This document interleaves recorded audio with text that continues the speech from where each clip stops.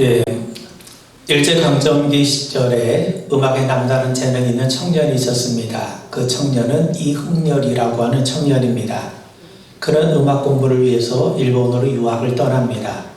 그런데 피아노가 없으면 음악 공부를 제대로 할 수 없다는 것을 깨닫게 됩니다. 그래서 어머니께 편지를 쓰죠. 어머니, 음악에는 피아노가 필수인데 피아노가 없으니 음악 공부를 더 이상 할 수가 없어요. 이제 음악 공부를 접고 귀국하려고 합니다. 홀로의 몸으로 유학 간 아들 뒷바라지에도 힘겨웠던 어머니는 다음날 새벽부터 밤늦게까지 동네 근처에서부터 먼 산에 이르기까지 쉴 새 없이 솔방울을 긁어 모으기 시작합니다. 당시 솔방울은 화력이 좋은 불쏘시개로 사용되었는데 그는 솔방울을 팔아서 거금 400원을 아들에게 보내게 됩니다. 1930년대 쌀 한 가마니가 13원이라고 했으니까 400원은 결코 적지 않은 돈입니다. 아들은 그 돈으로 피아노를 사서 계속해서 음악을 공부할 수가 있었습니다. 그가 이제 공부를 마치고 난 다음에 제일 먼저 작곡한 노래가 뭐냐면 우리가 잘 아는 어머니의 마음입니다.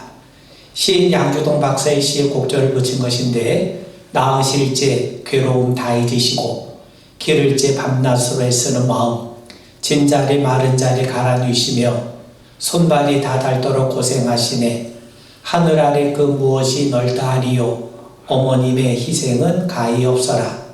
여러분, 영어를 사용하는 언어권에서 가장 아름다운 단어 목록 리스트를 만들었습니다. 4위가 사랑을 나타내는 러브였고 3위가 웃음을 나타내는 스마일, 2위가 열정을 나타내는 패션입니다. 그리고 1위는 어머니를 나타내는 머더입니다. 참고로 아버지를 나타내는 파더는 70위에 머물고 있었다는 겁니다. 어머니라고 하는 단어가 함축하고 있는 의미는 동서고금을 막론하고 한결같은 것 같습니다. 외국 사람들은 신비로움에 감탄하면 뭐라고 외칩니까? 오 마이 갓 하고 외치죠. 그런데 우리나라 최만식 선생은 금강산의 아름다움에 감탄해 아이고 어머니 하고 어머니를 불렀다고 그럽니다. 여러분 그렇지 않습니까? 학교에서 돌아온 아이는 제일 먼저 엄마를 찾아요. 퇴근해서 돌아온 남편도 아내를 먼저 찾습니다. 다른 사람이 다 있어도 엄마가 없으면 아내가 없으면 아무도 없는 겁니다. 전쟁터에 나가 장렬하게 전사하는 병사들이 마지막으로 부르는 이름도 어머니라고 그럽니다.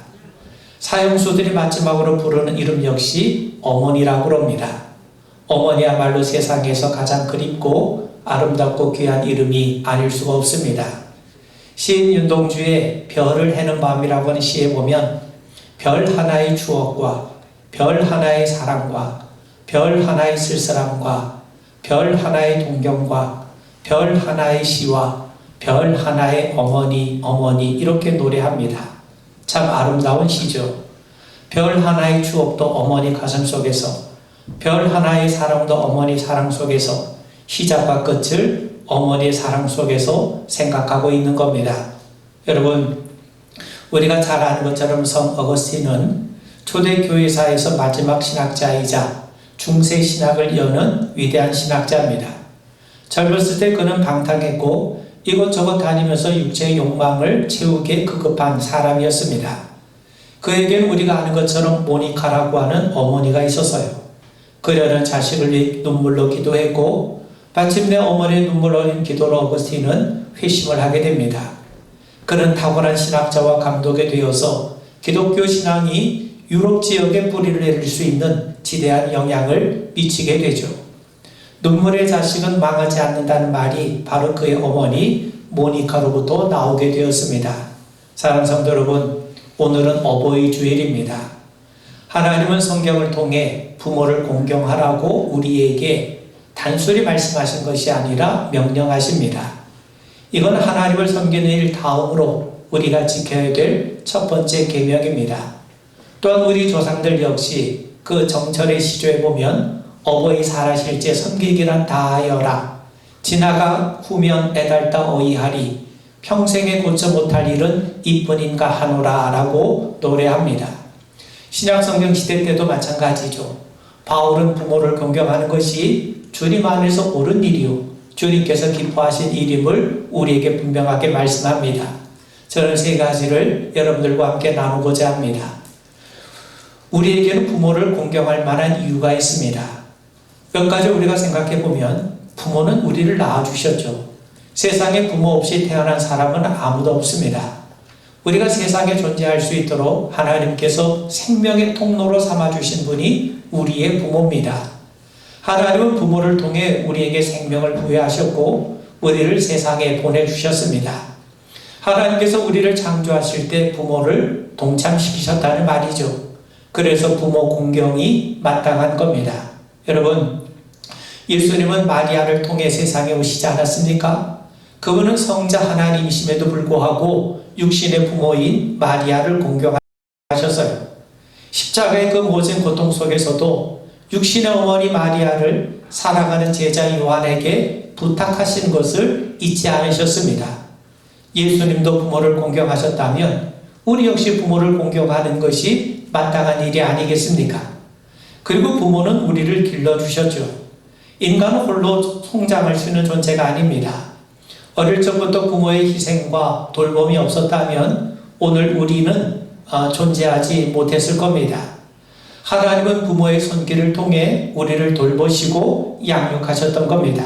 여러분, 아무리 이해 태산이 빠른 부모라도 자녀들에겐 그 계산이 무뎌질 수밖에 없습니다. 자식을 위해서라면 기꺼이 자신을 버릴 수 있는 존재가 부모 아니겠습니까? 어떤 목동이 많은 양떼를 거느리고 강을 건너려고 해요. 양은 물을 두려워하기 때문에 이를 구경하던 사람들은 목동이 과연 어떻게 양들을 강을 건너게 할지가 궁금했습니다. 강가에서 양들이 우왕좌왕했고 물을 본 새끼 양들은 놀란 듯이 어미 양 앞에 바싹 붙어 있어요. 그때 목동은요, 겁 많은 새끼 양 한 마리를 어깨에 들러맵니다. 그리고 성큼성큼 강으로 걸어 들어갑니다.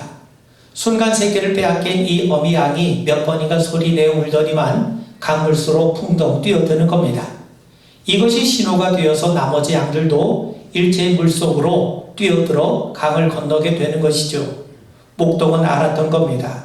세상에서 가장 강하고 튼튼한 줄이 무엇인가를 알았던 거죠. 그것은 자식에 대한 엄마의 사랑이었던 겁니다. 자식을 위해서라면 기꺼이 자신을 내어 던질 줄 아는 자가 부모요. 우리는 그런 부모의 돌봄을 받고 자라났던 겁니다. 그리고 또 우리는요, 부모의 사랑을 받았기 때문에 공경하는 겁니다.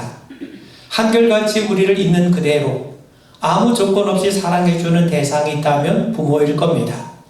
물론 인간이기 때문에 사랑도 시류를 타고납니다. 그럼에도 사랑이라고 하는 것을 우리에게 제일 처음 알게 해주고 경험하게 해준 대상이 바로 우리의 부모입니다. 그 사랑은 자녀를 위해 모든 것을 내어주는 사랑이죠. 우리는 부모의 사랑을 통해 자신의 영광을 버리시고 굴욕까지 감수하시면서까지 십자가에서 자신의 모든 것을 아낌없이 내어주시는 하나님 사랑의 그림자를 발견하게 되는 겁니다. 여러분, 트로이 영화 잘 아시죠? 호머의 일리아스를 모티브로 만든 영화 아닙니까? 그 영화에 보면 이런 장면이 나와요. 트로이의 왕 이 프리아모스는 아들 헥토르가 당시 전쟁의 영웅이었던 아킬레우스와의 전투에서 무참히 살해되는 모습을 보게 됩니다. 아킬레우스는 헥토르의 시신을 전차에 묶고 자신의 진영으로 끌고 가죠. 아들의 시신이 땅에 질질 끌려가는 모습을 본 프리아모스는 아들의 시신을 되찾아 장례를 치르기 위해서 목숨을 걸고 적진 아킬레우스를 찾아갑니다. 그리고 그의 무릎을 잡고 그의 손에 입을 맞춥니다. 두 손으로 상대의 무릎을 잡는 행위는 고대 그리스에서 지위가 낮은 사람이 지위가 높은 사람에게 간청할 때 하는 행위입니다. 그는 아들의 시신을 돌려받기 위해서 최고 권력인 왕의 지위를 기꺼이 내려놓았던 것이죠. 아들을 위해 모든 것을 포기한 아버지의 사랑이었던 겁니다. 그가 보여준 사랑에 아킬레우스의 마음이 흔들립니다. 아킬레우스는 고향에 있는 아버지의 모습을 떠올리며 눈물을 흘리게 되죠. 그리고 헥토르의 시신을 내어주면서 그를 장례하기 위해서 12일 동안 전쟁을 멈추겠다고 약속을 합니다. 여러분, 작가 호메로스는요, 아들의 시신을 돌려받기 위해서 왕의 지위도 왕의 자존심도 내려놓고 무릎을 꿇은 이 프리아모스를 위대하다고 묘사를 합니다. 아들의 시신을 가져가려는 왕의 모습이 아닌 아버지의 모습을 통해 위대함이 무엇인가 하는 것을 우리에게 드러내 준 것이죠. 이것이 아버지의 사랑 아닙니까? 여기서 우리는 죽은 죄인을 살리기 위해서 하늘의 보좌를 버리시고 십자가에 죽기까지 하게 하신 하나님의 위대한 사랑을 발견하게 되는 겁니다. 여러분, 우리는 부모의 사랑을 통해서 십자가를 지시기까지 구원을 베푸신 하나님의 지극한 사랑을 희미하게나마 우리는 배우며 체험할 수 있게 되는 겁니다. 그래서 인도의 성자 선자씨가 말하기를 어머니야말로 하나님을 배우는 위대한 신학교라고 우리에게 깨우쳐 주는 겁니다. 여러분, 우리는 부모를 통해 사랑을 받았습니다. 부모의 사랑은 곧 하나님 사랑의 그림자입니다. 우리는 부모의 사랑을 통해 하나님의 사랑을 깨닫게 되는 거죠. 그리고 부모 공경은요, 하나님의 뜻이요 하나님이 기뻐하신 일입니다. 부모를 공경하라고 하나님은 명령하세요. 그것도 율법의 한 조항으로서가 아니라 율법의 핵심을 담고 있는 십계명을 통해 우리에게 말씀하고 계신 겁니다. 여러분, 하나님은 십계명을 통해 이스라엘 백성들과 언약을 맺으세요. 언약이라고 하는 것은요, 서로가 서로를 제한하다, 서로가 서로를 묶는다는 뜻을 가지고 있습니다. 여러분, 주인과 종이 언약을 맺으면 주인은 종에게 먹을 것과 입을 것을 제공해주고 그의 신변을 책임져주고 보호해줍니다. 반면 종은 주인이 맡긴 일에 충성을 다하죠. 주인은 종을 돌보는 일에 자신을 묻고 종은 주인을 위해 충성하는 것에 자신을 묶어요. 이것이 언약인 겁니다. 하나님은 언약을 통해 이스라엘 백성들을 돌보고 책임지시기로 작정하세요. 반면 이스라엘 백성들은 언약을 통해 하나님을 섬기고 하나님의 뜻에 순종하는 백성으로 다짐을 하게 됩니다. 여러분, 이것이 언약이고 그 증표가 십계명이에요. 하나님은 이스라엘의 하나님이 되시고 그들을 책임져 주십니다. 반면 이스라엘 백성들은 하나님의 백성이 되어 하나님의 뜻에 순종하게 되죠. 그렇다면 하나님과 이스라엘 백성이 맺은 언약 가운데 하나가 뭐냐? 그게 바로 부모를 공경하라는 겁니다. 우리가 아는 것처럼 십계명은 두 부분으로 나눌 수가 있죠. 첫 번째 계명부터 네 번째 계명까지는 하나님을 섬기라는 계명이에요. 그 첫 번째 계명이 중요합니다. 첫 번째 계명이 뭡니까? 하나님 외에 다른 신을 두지 마라. 오직 하나님만 섬기라는 거예요. 오직 하나님만을 섬길 때, 첫 번째 계명을 지킬 때 나머지 계명, 우상을 만들지 않고 하나님의 이름을 함부로 사용하지 않고 안식일을 지킬 수 있는 나머지 계명을 지킬 수가 있는 겁니다. 또 다섯 번째 계명부터 열 번째 계명까지는 사람에 대한 계명이죠. 그 중에 첫 번째 계명이 부모를 공경하라는 겁니다. 부모를 공경하는 사람만이 나머지 계명, 즉 살인하지 말라, 간음하지 말라, 도둑질하지 말라, 거짓 증거하지 말라, 탐내지 말라는 계명을 지킬 수가 있어요. 여러분, 부모를 공경하는 사람이 살인할 수 있겠습니까? 부모를 공경하는 사람이 도둑질할 수 있겠습니까? 부모를 공경하는 사람이 거짓 증거함으로써 부모의 명예를 실추시킬 수 있겠습니까? 그런 의미에서 부모 공경은 사회와 공동체의 질서를 유지하는 일에 근간이 된다는 말입니다. 그런데 여러분, 하나님은 십계명을 두 돌판에 나누어 새겨주셨어요. 하나님에 대한 계명과 사람에 대한 계명 두 가지로 나눠주셨는데, 그런데 돌판이 두 개입니다. 돌판이 두 개라면 한 개의 돌판에 각각 5개의 계명씩 적어주셔야 조화와 균형을 이룰 수 있지 않겠습니까? 그래서 각각 5개로 나누면 부모를 공경하라고 하는 이 5번째 계명은 하나님을 섬기는 계명에 속하게 됩니다. 하나님을 공경하는 것과 부모 공경이 구분될 수 없다는 겁니다. 여러분, 예수님의 말씀처럼 우리가 하나님을 사랑하는 것이 이웃을 사랑하는 것으로 표현되는 것처럼 부모 공경을 통해 하나님을 섬기는 신앙이 드러나게 된다는 거죠.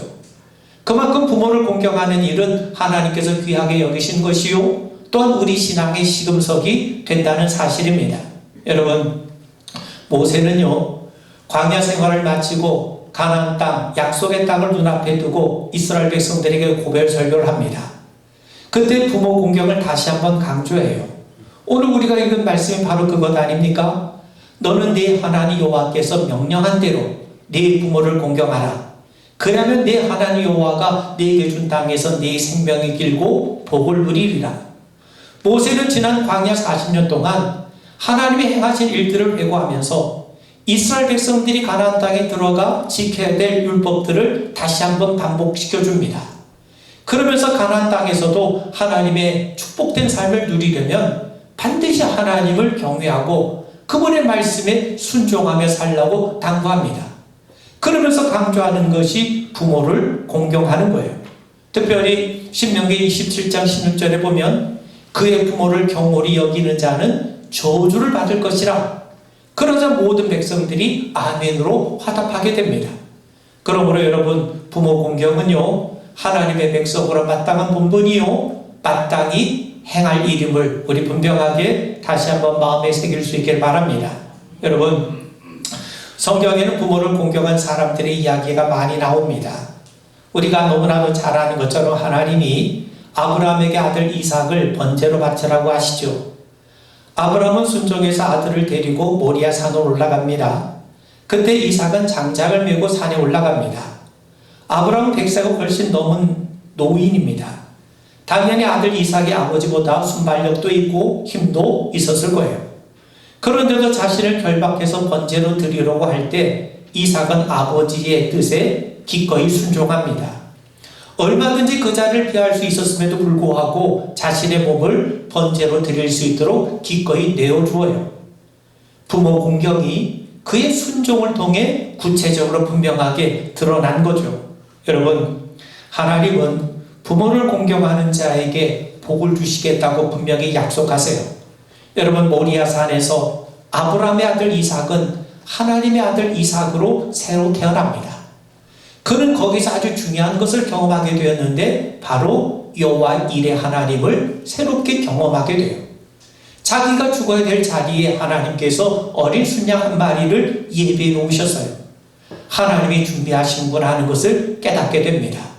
그래서 여러분, 나중에 이 이삭이 가나안의 흉년이 들었을 때에도 애굽으로 내려가지 않고 그랄 땅에 머물 수 있었던 겁니다. 왜냐하면 그 흉년 가운데서도 하나님이 준비하시는 여호와 이레가 있음을 믿었기 때문이죠. 하나님은 처음 농사를 짓는 이삭에게 100배의 수확을 거두는 축복을 주세요. 뿐만 아니라 그럴 사람들이 이삭의 우물을 빼앗았음에도 불구하고 이삭은 그들과 더불어 다투지 않습니다. 여호와 이레 하나님을 알았기 때문이죠. 이레 하나님은 이삭이 파는 곳마다 우물이 나오게 하세요. 그럴 왕이 친히 이삭을 찾아와서 평화의 조약을 맺게 하십니다. 이삭은 아버지를 공경하는 것을 통해 이레 하나님을 배웠고 하나님의 준비하심을 통해 그는 언약의 백성으로 온전하게 세워지게 됩니다. 여러분, 야곱이 세겜에서 양을 치는 자녀들의 안부를 묻기 위해 요셉을 보내요. 요셉은 아버지의 사랑을 독차지하고 있지 않았습니까?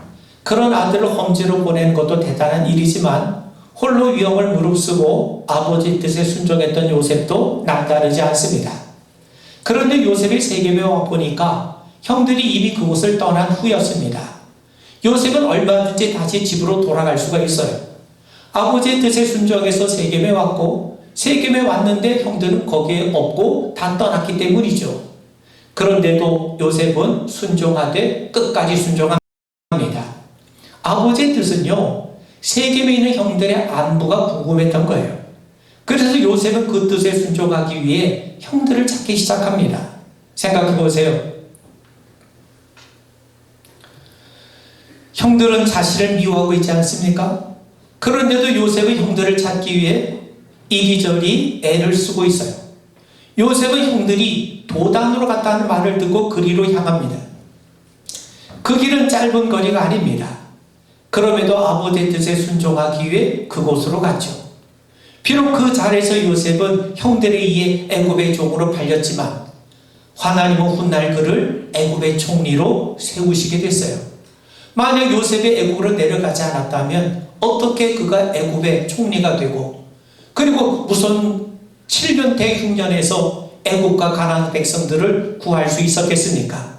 그런 의미에서 여러분, 요셉이 아버지를 공경하고 아버지의 뜻에 순종하며 데려갔던 길이 어떻게 보면 고난의 길이지만 그 길이 바로 하나님께서 그를 복된 자리로 이끌어 가시는 길이었음을 우리는 여기서 발견하게 되는 겁니다.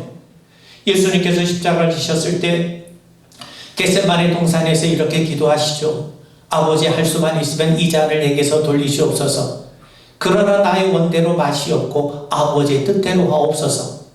하나님의 뜻은 예수님이 십자가를 지시는 거예요. 그렇기 때문에 예수님은 그 모진 고난과 수치 조롱 속에서도 십자가를 지셨던 겁니다. 예수님께서도 아버지의 뜻에 순종하되 끝까지 순종하셨어요. 그리고 십자가를 통해 부활의 영광을 얻지 않으셨습니까? 하나님은 하늘과 땅 아래 있는 것들이 다 그리스도 예수 안에서 하나 되게 하시는 영광을 우리 주님께 허락해 주신 겁니다. 여러분, 공경이라고 하는 말을 헬라 말로는 디아모라고 합니다. 값을 정하다, 명예롭게 하다, 그 말이죠. 거기에 걸맞는 값을 지불하다, 그런 의미입니다. 그런데 이 공경이라는 말을 히브리 말로는 카베드라고 하는데 무겁다는 뜻입니다. 그런데 이 무겁다는 뜻을 갖고 있는 이 공경은요, 또 어떤 것을 의미하고 있냐면 우리 신체 속에 있는 간을 나타내는 표현이기도 합니다. 여러분, 사람의 신체 가운데 있는 장기 가운데 가장 무거운 부분이 간이라고 그러죠. 그런데 간이 제일 중요합니다. 뭐 다 중요하겠습니다만 간이 제대로 작동하지 못하면, 그 역할을 하지 못하면 우리 몸이 견딜 수가 없어요. 그러므로 공경이라는 게 뭐냐? 우리 신체 가운데 가장 무거운 간을 귀하게 여기는 것처럼 부모를 귀히 여기라는 거죠. 부모 공경은 다른 게 아닙니다. 우리 부모가 살아온 삶의 그 족적, 그 삶의 무게를 인정하고 그 명예에 걸맞게 소중하게 여기라는 거예요. 그 구체적인 모습이 뭡니까? 순종입니다. 그래서 바울은 에베소서 6장 1절에서 자녀들아, 주 안에서 너희 부모에게 순종하라. 이것이 옳으니라. 여러분, 순종하되 주 안에서 하라고 합니다. 여러분, 에베소서 5장과 6장은 서로 긴밀하게 연결되어 있어요. 바울은 에베소서 5장에서 성령 충만에 대해서 우리에게 말씀합니다. 5장 18절에 보면 술 취하지 말라, 이는 방탕한 것이니 오직 성령의 충만함을 받으라. 자, 여러분, 성령 충만이라고 하는 것은 단지 능력이나 은사에 머무는 것이 아니라 성령 충만은 반드시 사람과의 관계를 통해 드러나야 한다는 겁니다. 그래서 6장에 뭐라고 말씀하냐면, 여러분, 성령 충만은요, 부부 관계에서 나타나야 되고 부모와 자녀의 관계에서 나타나야 하고 주인과 종의 관계에서 드러나야 합니다. 부부 관계에서 남편은 그리스도께서 교회를 위해서 자신의 목숨을 내어주셨던 것처럼 아내를 사랑하는 모습으로, 또 아내는 교회가 그리스도를 위해 복종하는 것처럼 남편을 존경하며 따르는 것으로 드러나야 합니다. 또한 성령 충만은요, 부모와 자녀의 관계에서 부모는 자식을 노엽게 하지 말아야 하고 반면 자녀는 부모에게 순종하는 모습으로 드러나야 합니다. 이것이 하나님의 자녀된 모습이요, 성령으로 충만함을 이룬 자의 모습임을 바울은 우리에게 말씀하고 있는 거죠. 여러분, 이 세상에서 제일 행복했던 여인이 누군지 아십니까? 하와라고 합니다. 왜요? 시어머니가 없었기 때문인 거죠. 젊은 며느리들이 모여서 수다를 떱니다. 나는 시집에 시자만 나오던 치가 떨린다는 거예요. 그러자 옆에 있던 친구가 나는 시자는 고사하고 기억, 니은, 디귿 그 시옷자만 나와도 경기가 난다는 거예요. 그러자 교회 다니는 친구가 한술 더 뜹니다. 그래서 나는 성경 중에서 시자로 시작하는 시편은 아예 읽지도 않는다는 거죠. 여러분, 이건 하나님 앞에 바른 모습이 아닙니다. 부모에게 순종하십시오. 억지로가 아니라 부모가 재산이 많아 이익이 되니까 순종하는 것이 아닙니다. 존경과 감사함으로 순종하십시오. 하나님께서 우리가 생명을 얻는 통로로 사용하신 분이 우리의 부모입니다. 부모와 자녀의 관계는 하나님이 정해주신 관계입니다. 그런 의미에서 순종하되 주님 안에서 하십시오. 우리가 주님의 은혜를 받지 않았습니까? 하나님을 사랑하기 때문에 부모도 사랑하는 겁니다. 하나님의 뜻 안에서 부모에게 순종할 줄 아는 우리 모두가 되기를 주의 이름으로 축원을 드립니다. 마지막으로요, 소설가 은희경 씨가 멍이라고 하는 소설을 썼어요. 어떤 물체에 부딪히면 생기는 게 뭡니까? 멍이죠. 처음엔 거무튀틱하다가 조금 지나면 푸르스름해지고 나중에 노랗게 되다가 사라지는, 우리 몸에 흔히 생기는 멍을 소재로 쓴 소설입니다. 여러분, 이 작가는요, 사람이 살아있다는 것은 멍이 있다는 것으로 표현해요. 어릴 적에 실수해서 넘어지고 살이 약해서 쉽게 멍이 듭니다. 조금 커가면서 조심하게 되면 그런 멍은 우리가 예방할 수 있지만 전혀 다른 새로운 종류의 멍이 생겨납니다. 실패하면서 생기는 멍, 짝사랑하던 사람과 헤어지면서 생기는 이별의 멍, 사랑하는 가족들의 죽음으로 인해서 생기는 멍, 이처럼 살아가다 보면 수많은 멍들이 새로 생기기도 하고, 한 멍이 없어지면 또 다른 멍이 생기기도 하죠. 멍이 생기면 풀어줘야 합니다. 그렇다면 가장 많은 멍을 짊어지고 사는 사람이 누구냐? 부모이죠.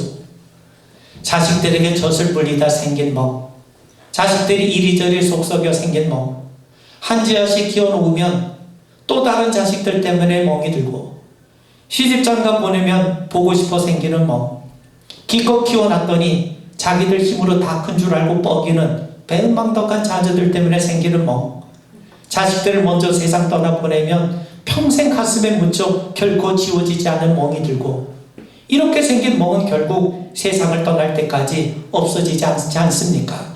그렇다면 그 수많은 멍이 누구 때문에 생긴 겁니까? 누가 부모의 몸에다 이런 멍을 만들어 놓았습니까? 여러분, 부모의 멍을 하나씩 지워드리십시오. 멍을 지워주는 가장 좋은 방법은 자주 찾아뵙는 겁니다. 숭실대학교 정대기 교수가 부모와 자녀의 만남 횟수에 대한 연구 논문을 발표했어요. 세계 27개 국가 중에서 한국의 자녀만이 부모가 돈이 많을 때, 부모가 잘 살 때 자주 찾아간다는 결과가 나왔습니다. 부모의 소득이 많을수록 자녀와 만날 확률도 높다는 것은 슬픈 현실 아닙니까? 가끔씩이라도 부모를 찾아뵈면 대부분 바쁜데 뭘 왔어 합니다. 여러분, 사랑하는 사람은 봐야 합니다. 볼 수 없는 게 고통이에요. 그래서 늘 자식이 보고 싶은 것이 솔직한 마음입니다. 그런데 그 자식의 입장에서 바쁘고 힘든데 오는 것이 또 안쓰럽기도 하고, 아마 이런 모습이 부모의 마음일 겁니다. 여러분, 시간의 흐름에 따라 부모와 자녀의 관계가 변화되어 갑니다. 태어날 땐 내 새끼죠. 사춘기가 되면 거의 왼수덩어리가 됩니다. 대학생이 되면서부터 남남이 돼요. 군대 가면 손님입니다. 장가 가면 아들이지만 사돈이 됩니다. 낳을 때 일촌이라고 그래요. 대학 가면 사촌이 됩니다. 제대하면 팔촌이에요. 결혼하면 사돈의 팔촌이 됩니다. 여기서 애라도 나오면 동포가 되고, 이민이라도 가면 이제 해외 동포가 되는 거죠. 심지어 이런 말도 있습니다. 부모가 자녀에게 재산을 안 주면요, 맞아 죽는데요. 다 주면 굶어 죽는다는 겁니다. 여러분, 사는 일이 바쁜 시대가 되었습니다. 이것저것 해야 할 일들이 많은 분주한 시대가 되었습니다. 그리고 자기가 중심이 되는 시대가 되었습니다. 전통적인 가치를 우습게 여기는 풍조가 일어나고 있습니다. 그러다 보니 점점 부모를 잊고 가는 시대가 되고 있습니다. 그런데 하나님 분명히 말씀하세요. 부모를 공경하라. 주 안에서 부모에게 순종하라. 이것이 하나님 보시기에 옳은 일이라고 말씀합니다. 여러분, 신앙인이라고 해서 지극히 당연한 인간적인 도리도 무시해도 되는 것이 아닙니다. 우리가 참된 신앙을 갖게 되면 더욱더 아름다운 인간의 모습을 갖추게 돼요. 그리스도의 형상은, 그리스도의 영성이라고 하는 것은 우리가 하나님만 찾고 육신의 부모를 몰라 하는 것이 아닙니다. 부모를 알아보고 깊은 애정을 갖고 대하는 거죠.